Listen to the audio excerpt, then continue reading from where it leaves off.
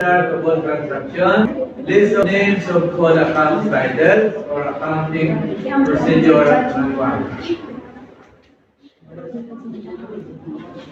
Anong tawag na ano?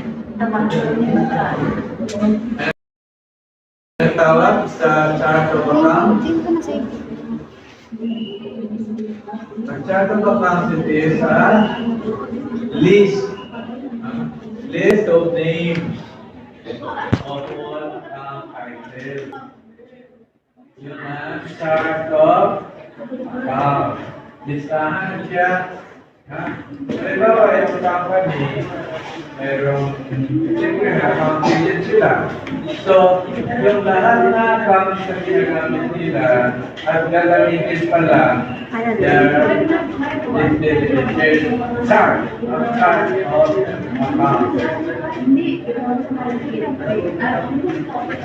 Ito, a simple journal entry. Ano kanina yung simple journal entry? Sabi ko?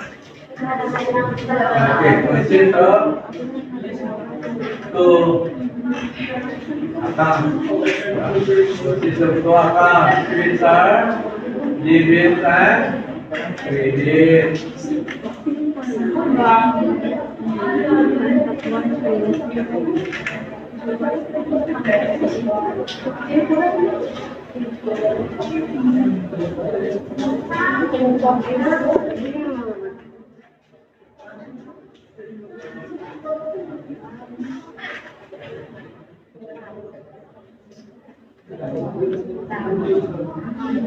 Based on the following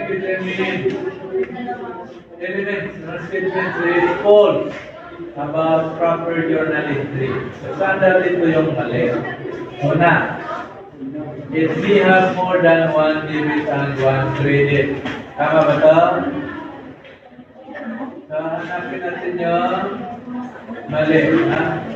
Tama ba yung mayroon tayong it may have more than one debit and one credit? Pwede? Pwede yun. Bakit? Kasi mayroon tayong mukhang entry.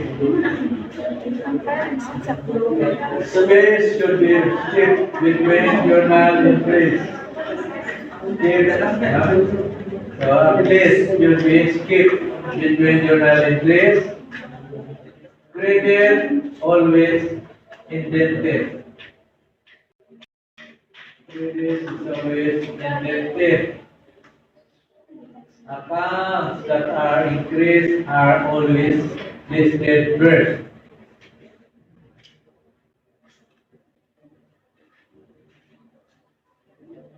So, hanapin natin is false.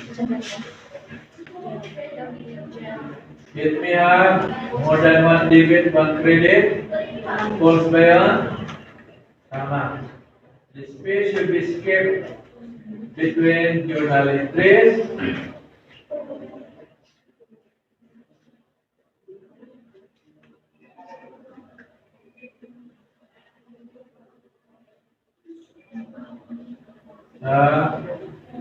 Ano ulit answer?